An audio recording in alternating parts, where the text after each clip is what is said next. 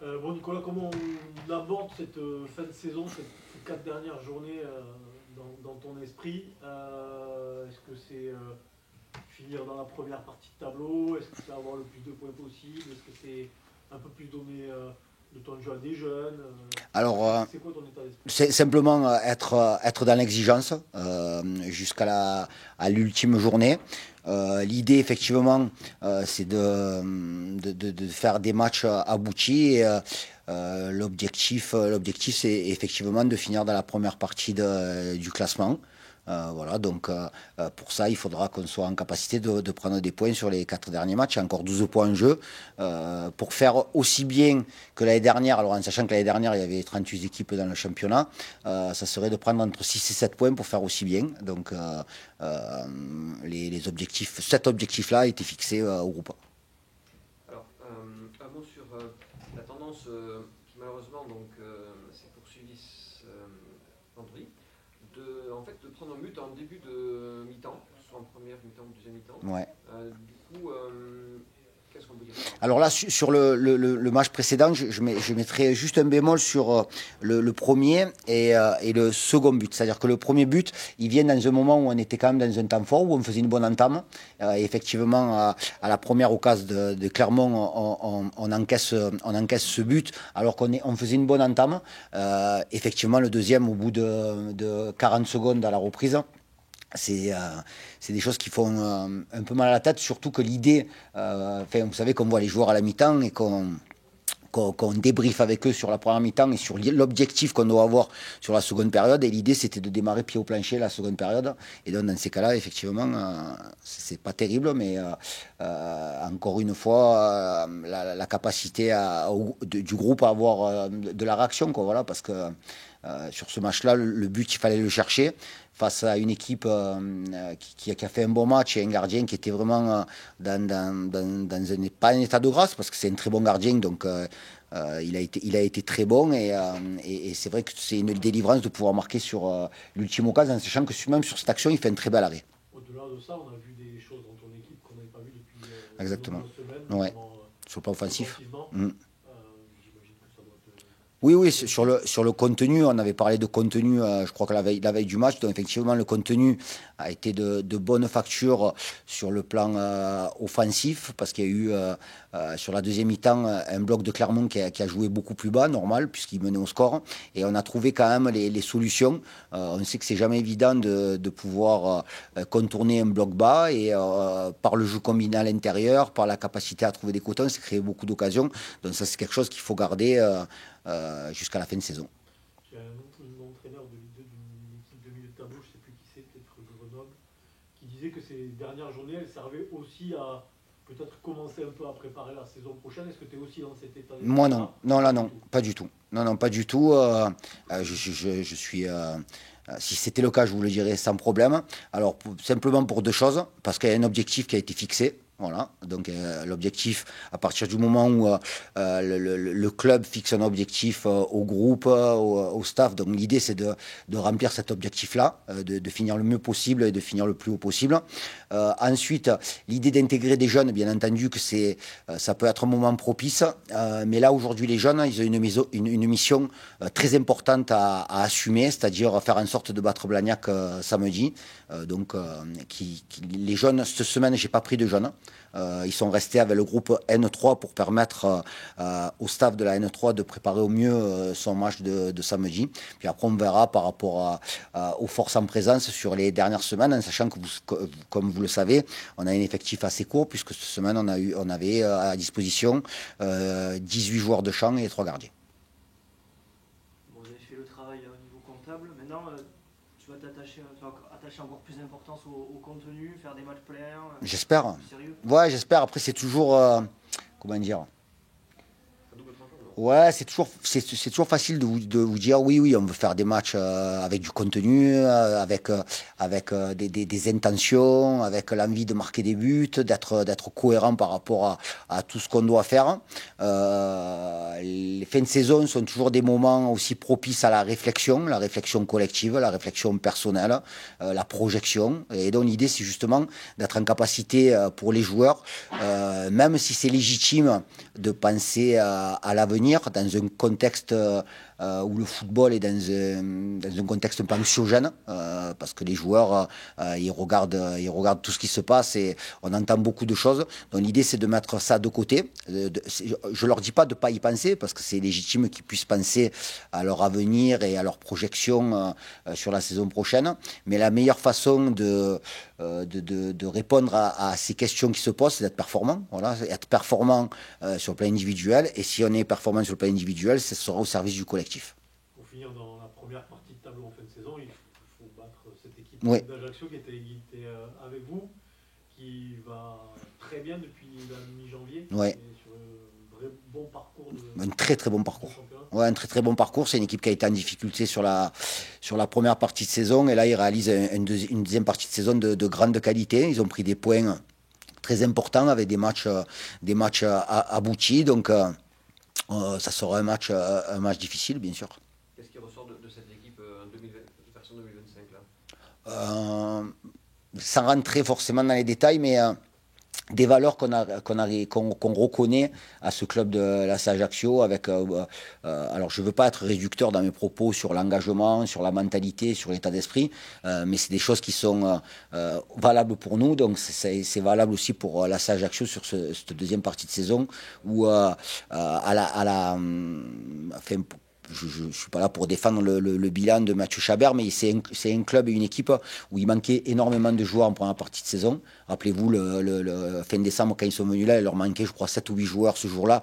Il y avait beaucoup de jeunes qui avaient joué. Et là, au fur et à mesure, ils ont récupéré des joueurs importants. Et encore une fois, quand on parle des jeunes, faire jouer des jeunes, je le répète encore une fois, c'est vraiment un processus. Et c'est toujours plus facile pour un jeune d'intégrer une équipe où il y a quand même des leaders, des cadres pour être justement entouré. C'est une équipe qui a de l'orgueil aussi, parce que ce réveil-là du côté d'Ajaccio, elle s'est faite après une claque dans le derby face à Bastia. Donc ça prouve que cette équipe elle a été marquée, qu'elle a du caractère. Ouais. C'est ce qui ressort de cette équipe. Oui, c'est ce qui ressort. Et puis mettre en avant aussi le travail de Thierry Debesque qui a pris l'équipe après Mathieu Chabert et qui réalise un parcours de grande qualité. Donc, ouais, une équipe qui a réussi à inverser la tendance. Il y a beaucoup de gens qui les voyaient mal ou dans une situation très délicate à la trêve. Et aujourd'hui, ils ont le même nombre de points que nous. Donc, ça prouve bien qu'ils ont fait une deuxième partie de saison de grande qualité. On parlait juste après d'éventuelles projections et de l'avenir. Au niveau direction sportive, il avait été dit que à partir du moment où l'équipe serait maintenue, ça pouvait commencer à parler, à venir. Jusque-là, pas question. Donc justement, qu'est-ce qu'il y a ça commence à discuter un petit peu. Alors, à partir du moment où cette réflexion-là a été faite par la direction sportive, je vais vous demander de poser la question au directeur sportif. Voilà. Tu me dis que c'est quand même en concertation avec l'entraîneur.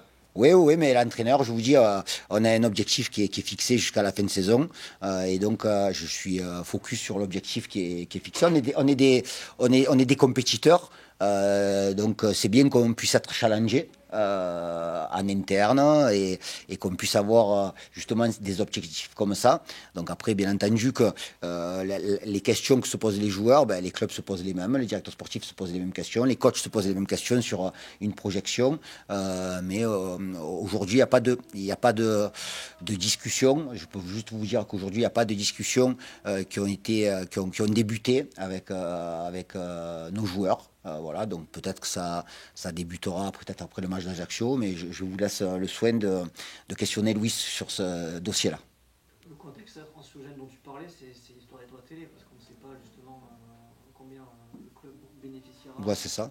Construire son effectif. Ouais, c'est pareil, on regarde ça avec beaucoup d'attention, même les joueurs. Enfin, il ne faut pas croire que les joueurs ils soient complètement déconnectés de ce qui se passe dans leur milieu. Et effectivement, ces signaux-là, par rapport, on parle des droits TV, des diffuseurs, c'est assez inquiétant, bien entendu. Donc, j'espère que les gens qui dirigent le football professionnel, qui sont des gens qui ont de l'expérience, qui ont des grandes compétences. Pour être à la tête d'instances comme ça, il faut avoir des grandes compétences. Donc on ose tous espérer qu'il y ait des gens qui sont en capacité de permettre au football français de continuer à évoluer, de continuer à progresser. Je ne vais pas citer de nom, puisque voilà, mais après, c'est des questions politiques. Donc, moi, je suis entraîneur de football et je me contente d'entraîner des joueurs de football. Un joueur de football qui marche bien cette saison, c'est Mathé Mboup. Il a atteint les 10 buts. Un mot sur sa progression. Il a récupéré. Ouais, un gros potentiel. Un joueur qui est très travailleur, qui fait beaucoup d'efforts. Ces efforts-là, de temps en temps, ils peuvent lui amener justement le fait de manquer un peu de lucidité devant le but ou sur le dernier geste. Mais comme je vous dis, c'est un garçon qui travaille beaucoup. Et donc, il a encore une marge de progression très importante. Voilà, et c'est quelqu'un qui progresse, qui a marqué plus de buts en deuxième partie de saison qu'en première. Donc la progression est aussi statistique. Et l'idée, c'est qu'il puisse encore passer un palier, quoi, voilà, tout simplement.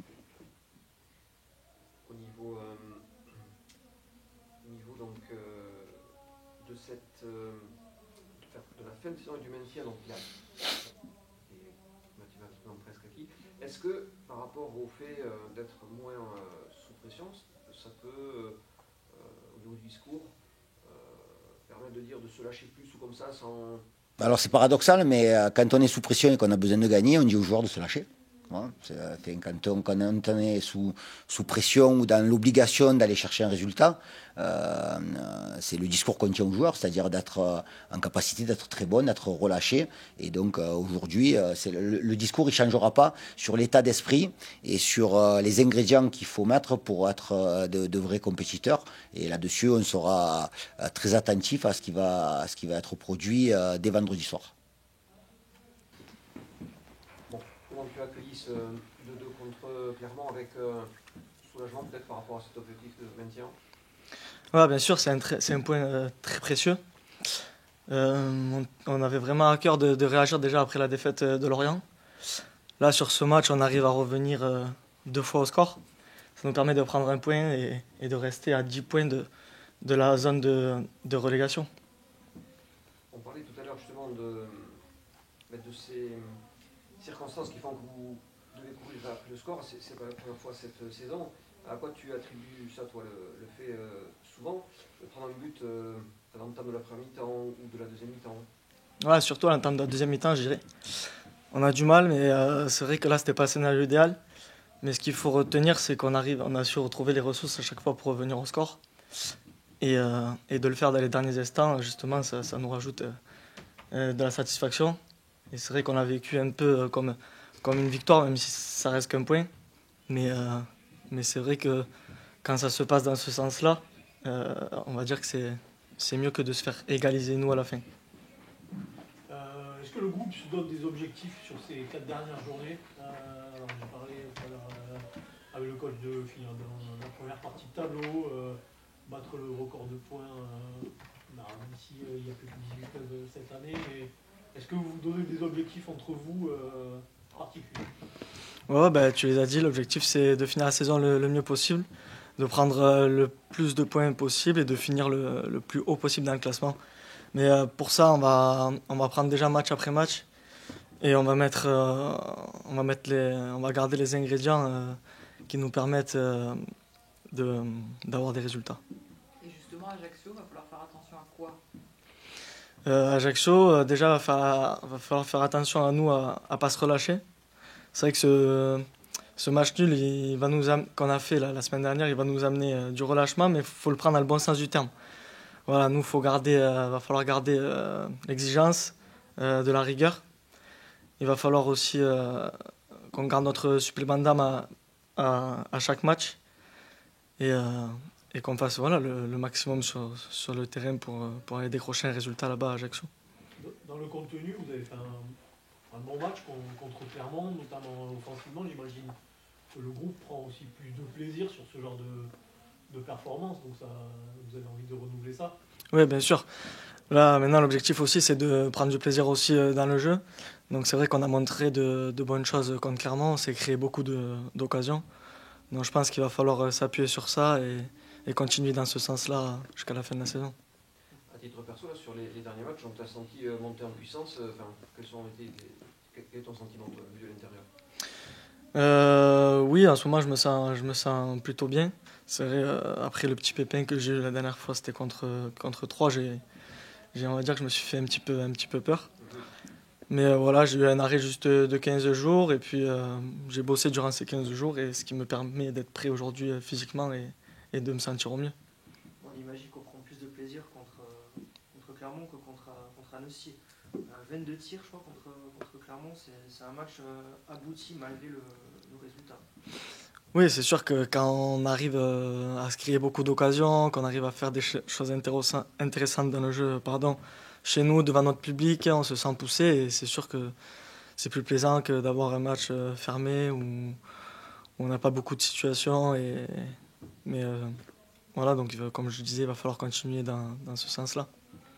Toi qui étais là l'an dernier, donc quand le maintien a été acquis, malheureusement l'équipe après n'a plus gagné du tout. Qu'est-ce qui avait manqué l'an dernier? Parce qu'on n'est pas dans la même situation cette année, mais l'an dernier, avec du recul, comment tu analyses ce qui s'était passé? Je ne sais pas ce qui avait manqué, mais moi je dirais que justement il faut que ça nous serve et qu'on ne commette pas les mêmes erreurs, que ce soit, je pense, au niveau du relâchement et baisser un peu plus à tous les niveaux, l'exigence, tout ça. Donc voilà, il va falloir garder le cap.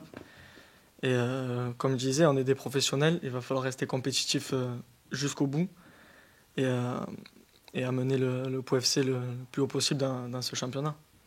Tu vas jouer encore, toi? Quel souvenir t'en gardes? L'Ajaccio en particulier. Je vais pas t'apprendre que c'est toujours un contexte spécial de jouer en Corse. Eux aussi ils vont avoir, je pense, à cœur de faire un beau résultat chez eux devant leur public. On a le même nombre de points. Donc voilà, il faut s'attendre à un gros match, mais je me fais pas de soucis parce que cette semaine on a bien travaillé dans la joie et la bonne humeur, mais tout en restant sérieux et compétitif. Et voilà, maintenant on est focus sur ce match d'Ajaccio et on est déterminé à ramener un résultat. Ajaccio, c'est une équipe qui est parmi les meilleures là, depuis la phase retour, depuis 2025. Toi, qu'est-ce que tu en dis de cette équipe? Ouais, c'est vrai que c'est une équipe qui a eu du mal au début. Ils se sont retrouvés même dans la zone de relégation. Et puis là, en cette seconde partie, ils montent en puissance. Donc ouais, on s'attend à avoir pas un match facile. Il y a beaucoup de qualité en face. On sait que c'est une équipe qui est très performante aussi sur coup de pied arrêté, donc il va falloir répondre présent dans ce domaine. Mais comme je disais, voilà, on s'est préparé et on va aller là-bas pour faire un résultat. Tu as connu toutes les saisons du POFC en Ligue 2. Où est-ce que tu la situes, celle-là? Sachant que la saison dernière, c'était la meilleure saison du POFC en Ligue 2, je la situerai pas loin, parce que je pense que c'est un peu tôt encore pour parler, il reste 4 matchs. Mais malgré les hauts et les bas qu'on a pu avoir cette saison, on se retrouve quasiment maintenu mathématiquement à 4 journées de la fin. Donc je pense que ça reste une bonne saison dans l'ensemble. On a su réagir et montrer du caractère dans des moments difficiles où on s'est fait un peu peur. Mais voilà, là il reste 4 matchs et je pense que si on fait ce qu'il faut, on peut finir encore mieux que la saison dernière. Avec ses départs, c'est au mercato, c'est blessé, c'est suspendu, t'as douté un petit peu? Tu te dis là, ça revient derrière? Non, douter non. Après c'est des éléments qui font partie du football, il faut faire avec. Voilà, moi c'est pas trop mon domaine. Nous en tant que joueur, on essaie de répondre présent sur le terrain. Même si c'est vrai cette année les départs nous ont pas facilité la tâche, mais voilà, on a su faire avec et malgré tout on est quasiment maintenu à 4 journées de la fin, donc voilà, c'est une bonne chose. Justement, dans ce registre-là, il y a eu, toi qui joues au milieu, tu es bien placé pour en parler, il y a eu pas mal de blessés. L'effectif en milieu de terrain, des fois, il était vraiment réduit à la portion congrue, on va dire. Il y avait sur le banc des jeunes parce qu'il n'y avait plus d'autres solutions. Comment vous l'avez vécu au niveau des milieux de terrain là, ces épisodes où vraiment vous étiez effectif très réduit? Ouais, on l'a vécu dans le sens où voilà, on se disait faut pas qu'on se blesse nous aussi, voilà. Donc c'est vrai qu'on était amoindris dans ce compartiment de jeu là, mais voilà, le coach a toujours trouvé des solutions pour faire avec et c'est toujours une équipe compétitive sur le terrain. Parce que voilà, on avait un groupe étoffé avec de la qualité et tout le monde répond présent dès qu'on fait appel à lui. Avec peut-être un peu plus de tâches défensives pour toi aussi, avec ce système en 4-2-3-1 où tu joues avec 6. Oui, c'est. Voilà, ça reste quand même milieu de terrain. On est un milieu quand même assez hybride, mais c'est vrai que le fait d'être à 2-6, on peut dire que c'est un peu plus défensif, mais ça change pas grand-chose non plus. C'est un rôle qui te plaît Ouais, moi j'aime bien jouer. Ouais, moi j'aime bien jouer dans les 2-6 avec un meneur de jeu devant moi. On peut dire que ça, c'est la configuration où Pau a été le plus dangereux cette saison, quand vous avez pu jouer avec cette configuration. Parce que il a fallu jouer avec 3 défenseurs centraux, parce qu'en milieu, vous étiez plus que 2. Donc on ne voyait pas quand même la même, le même jeu, on ne voyait pas la même force offensive côté palois, quoi. Est-ce que du coup, c'est pas quand vous jouez comme le week-end dernier, avec 2-6 et puis en l'occurrence Antoine en ce moment en 10, est-ce que c'est pas là que vous êtes le plus finalement performant? Oui, après je pense aussi il y a le côté où chaque match est différent, l'adversaire est différent, la composition est différente. Mais nous, voilà, quelle que soit la composition dans laquelle on joue, on a toujours les mêmes principes de jeu et on essaye de s'appuyer dessus à chaque fois pour faire le meilleur match possible.